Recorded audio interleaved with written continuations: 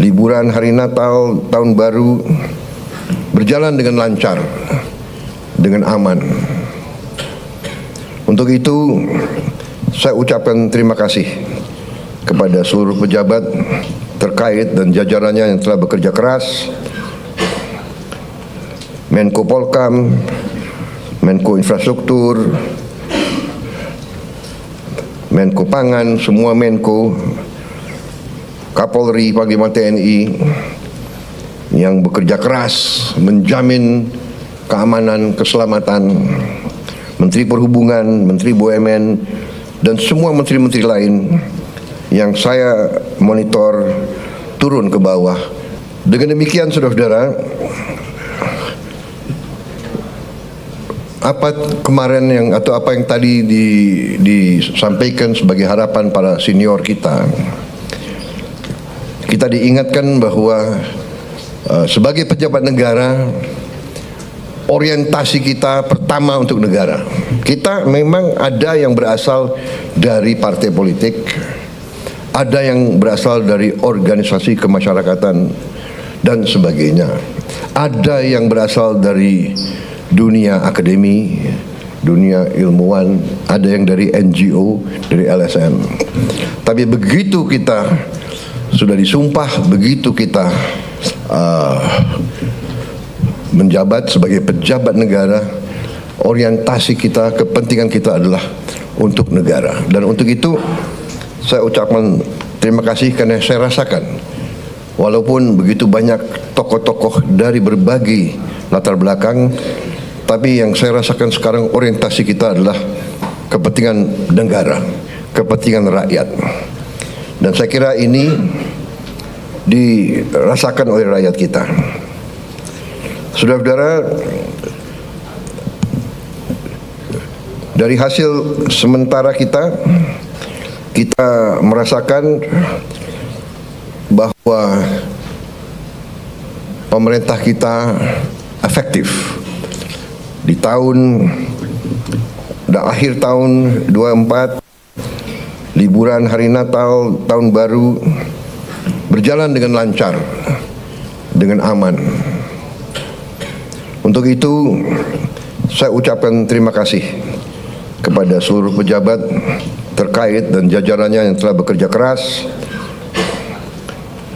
Menko Polkam, Menko Infrastruktur,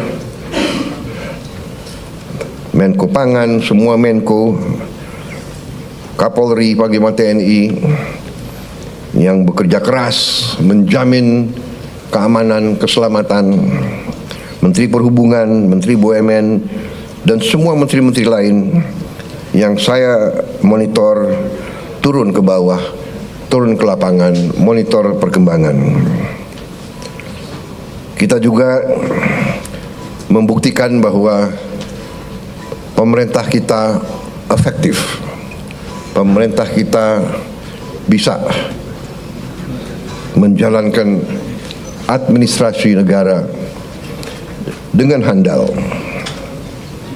Saudara-saudara, bagaimanapun di bulan-bulan yang kritis tersebut biasanya ditandai oleh banyak kecelakaan lalu lintas, ditandai oleh ketersediaan bahan pangan, bahan-bahan pokok yang penuh dengan fluktuasi harga dan sebagainya. Kali ini kita berhasil untuk menjalankan suatu keadaan yang stabil, penuh ketenangan, penuh kesejukan. Di tengah banyak dunia dilanda konflik, ketegangan, krisis, bahkan perang, kita mampu menjaga kesejukan, ketenangan, perdamaian di negara kita. Saudara-saudara sekalian, saya juga terima kasih dalam 3 bulan kita telah memberi bukti kepada rakyat kebijakan-kebijakan kita adalah kebijakan-kebijakan yang berpihak kepada rakyat, berpihak kepada kepentingan negara. Yang pertama tentunya saya menyampaikan apresiasi kepada Menteri Keuangan dengan semua timnya yang telah menyusun APBN dengan baik, dengan cermat, kerja keras, karena saya terus-menerus monitor, saya terus-menerus menuntut penghematan, efisiensi. Saya menuntut keberanian memotong hal-hal yang tidak esensial. Saya tegaskan bahwa kriteria anggaran yang akan kita laksanakan, kriteria pertama adalah harus bisa menciptakan lapangan kerja. Sudah saya katakan berkali-kali. Kedua, harus meningkatkan produktivitas. Produktivitas ini harus bisa diukur dengan kuantifikasi. Berapa devisa yang dihasilkan? Berapa devisa yang dihemat?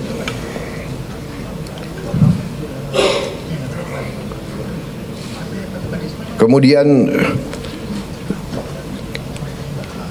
kriteria selanjutnya adalah harus mengarah kepada swasembada pangan dan swasembada energi.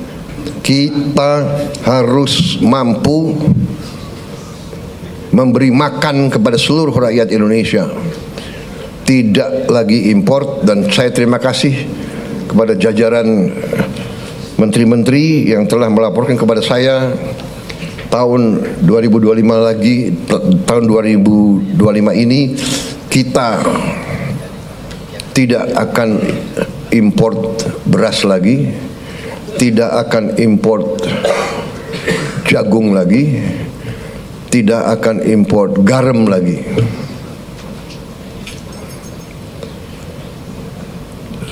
Artinya target yang saya berikan kepada kabinet bahwa Indonesia kita harus swasembada pangan dalam waktu 4 tahun. Alhamdulillah target itu bisa kita capai akhir 2025, paling lambat awal 2026. Jadi mungkin 3 tahun lebih cepat dari sasaran yang kita tetapkan. Artinya bahwa dengan niat baik, dengan kerja keras, ya, dengan orientasi kepada negara dan bangsa, kebijakan yang masuk akal akan membuahkan hasil yang cepat. Ini harus kita yakini. Kemudian kriteria selanjutnya adalah harus bisa memberi terobosan teknologi. Dari prioritas kita itu, satu tadi bahwa harus menciptakan lapangan kerja, tingkatkan produktivitas, swasembada pangan, swasembada energi. Dengan swasembada pangan dan swasembada energi kita aman. Kita tidak boleh bergantung kepada sumber di luar negeri. Sudah berkali-kali saya tekankan itu. Dalam krisis dunia tidak ada negara yang akan mengizinkan pangan keluar dari negaranya. Ini sudah hukum sejarah. Dan kriteria selanjutnya harus bisa menghasilkan terobosan teknologi. Berarti pengeluaran investasi untuk sumber daya manusia, untuk pendidikan, untuk sains dan teknologi, ini termasuk sesuatu yang vital dan sesuatu yang harus kita jalankan. Jadi saudara-saudara, saya tegaskan kembali bahwa hal-hal di luar itu yang bersifat seremoni, upacara, merayakan ulang tahun ini, ulang tahun itu, hari ini, hari itu, kita tidak anggarkan. Perayaan sejarah, perayaan ulang tahun laksanakan secara sederhana di kantor, di ruangan. Kalau perlu yang hadir hanya 15 orang, sisanya di Vikonken.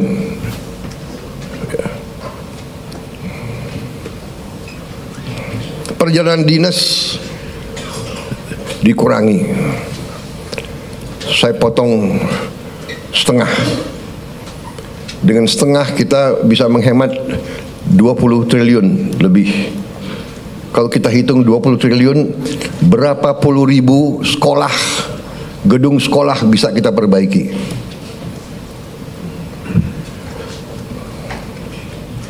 Jadi saya katakan benar-benar bahwa saya sangat serius dalam hal ini.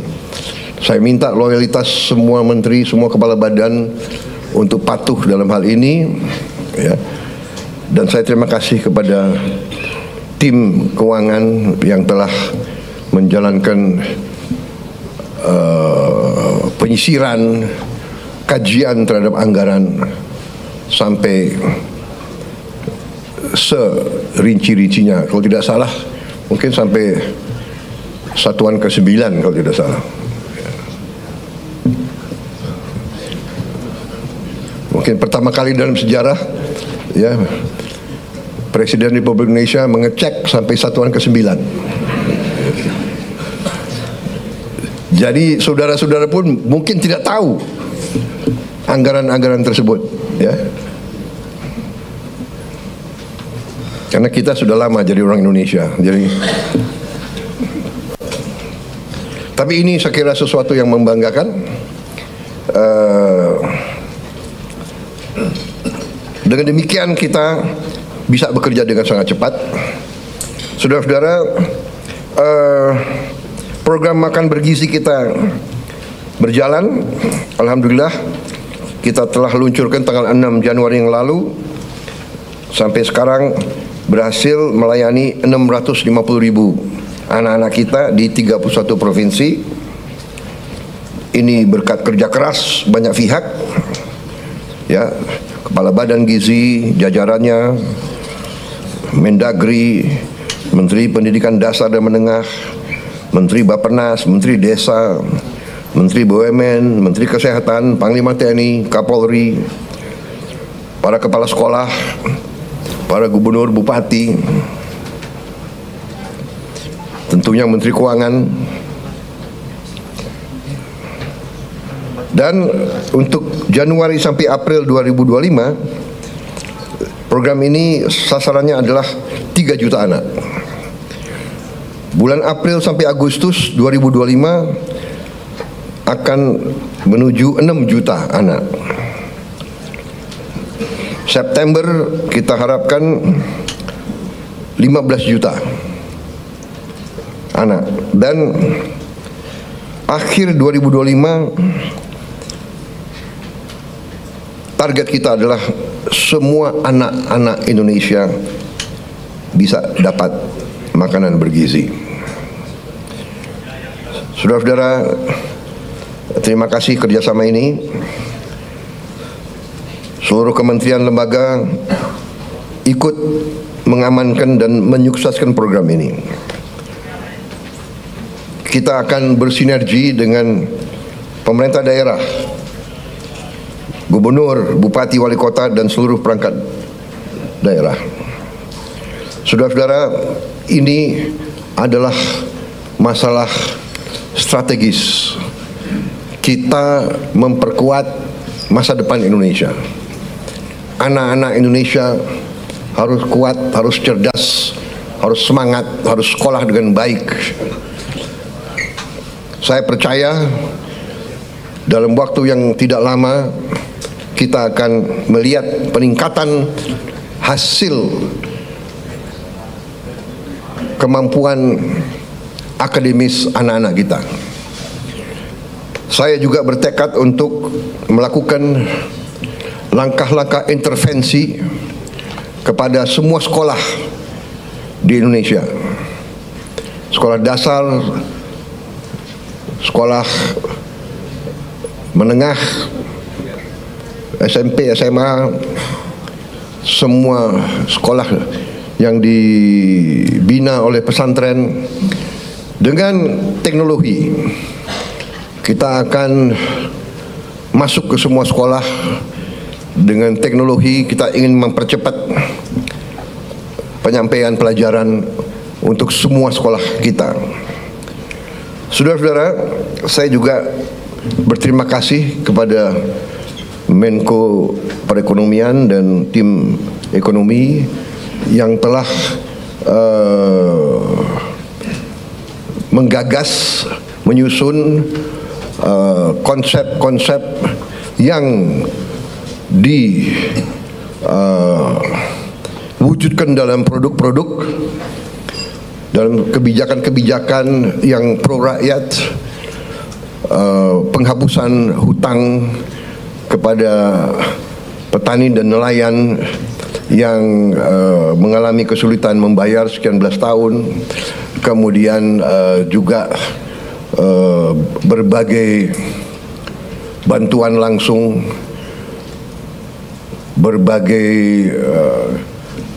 bantuan mengurangi kewajiban-kewajiban terutama rakyat yang di golongan yang paling bawah dan paling lemah.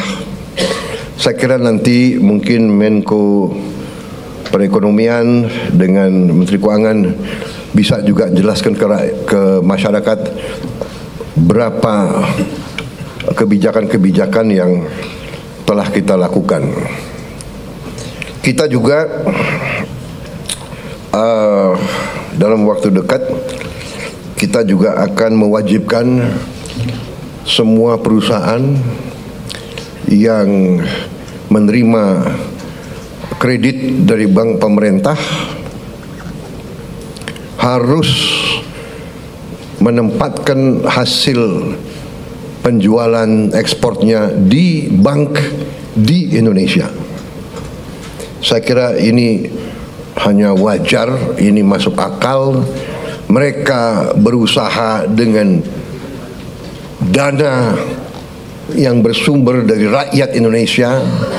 Setelah mereka berusaha dan mereka lakukan penjualan, hasil penjualannya wajar kalau ditaruh di bank di Indonesia.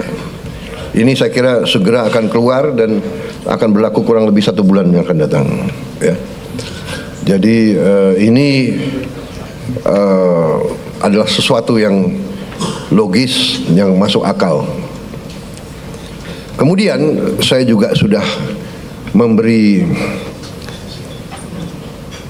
keputusan kepada unsur penegak hukum, Jaksa Agung, BPKP, Kapolri, dan Panglima TNI untuk menegakkan hukum dan aturan khususnya bagi perusahaan-perusahaan yang melanggar ketentuan-ketentuan pertanahan dan hutan. Ketentuan-ketentuan kita harus dipatuhi. Tidak ada yang memiliki perlakuan khusus.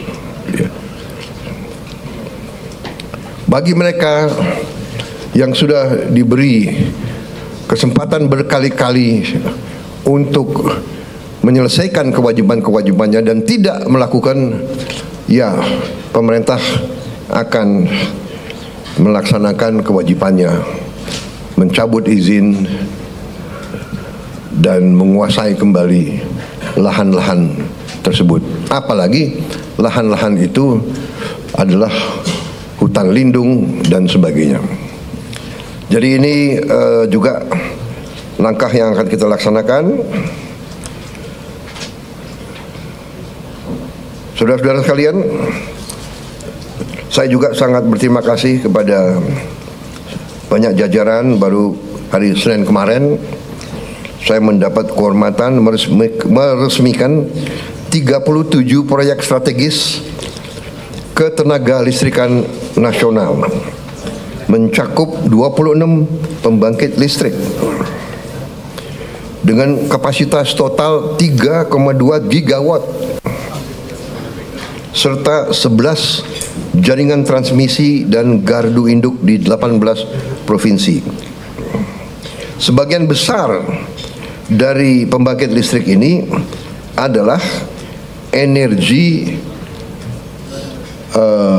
bersih, energi terbarukan. Saya kira kalau dicek nanti, ini mungkin peresmian terbesar dalam satu hari. Ini menunjukkan daya kemampuan kita, ya. We can do it. Dan ini saya harus sampaikan bahwa ini hasil kerja keras pemerintah-pemerintah sebelum pemerintah kita. Jadi marilah kita selalu menghormati semua pihak, semua yang telah bekerja keras, pendahulu-pendahulu kita. Kita sampai di sini bukan seketika. Kita sampai di sini karena perjalanan jauh. Pembangunan suatu bangsa bukan pembangunan 1 tahun, 5 tahun, 10 tahun. Pembangunan suatu bangsa adalah puluhan tahun. Apa yang dirintis Bung Karno, kita nikmati sekarang. Apa yang diteruskan oleh Pak Harto, kita teruskan, kita nikmati sekarang. Demikian presiden demi presiden, Pak Habibie, Gus Dur, Ibu Mega, Pak Jokowi, ini terus. Jadi contohnya saya baru 3 bulan menjabat, saya sudah resmikan proyek yang dilaksanakan mulai 2015, bayangkan. Jadi inilah yang saya minta menjadi alur bernegara kita. Kita ini melanjutkan suatu long march, perjalanan jauh, estafet demi estafet kita terima. Baru nanti kita akan mencapai cita-cita kita. Saya sangat optimis bahwa kita akan sampai ke situ. Saudara-saudara, sementara itu yang saya sampaikan, teman-teman media saya kira cukup banyak bahan, ya. Sekarang akan saya sampaikan hal-hal yang belum perlu Anda dengar. Kan begitu kan? Saya kira media ini masih muda-muda, ya. Jadi ada hal-hal yang kalau orang tua bicara yang muda-muda yang muda-muda, anak-anak biasanya tunggu di luar. Kan begitu kan? Ya. Terima kasih sementara. Ya. Pak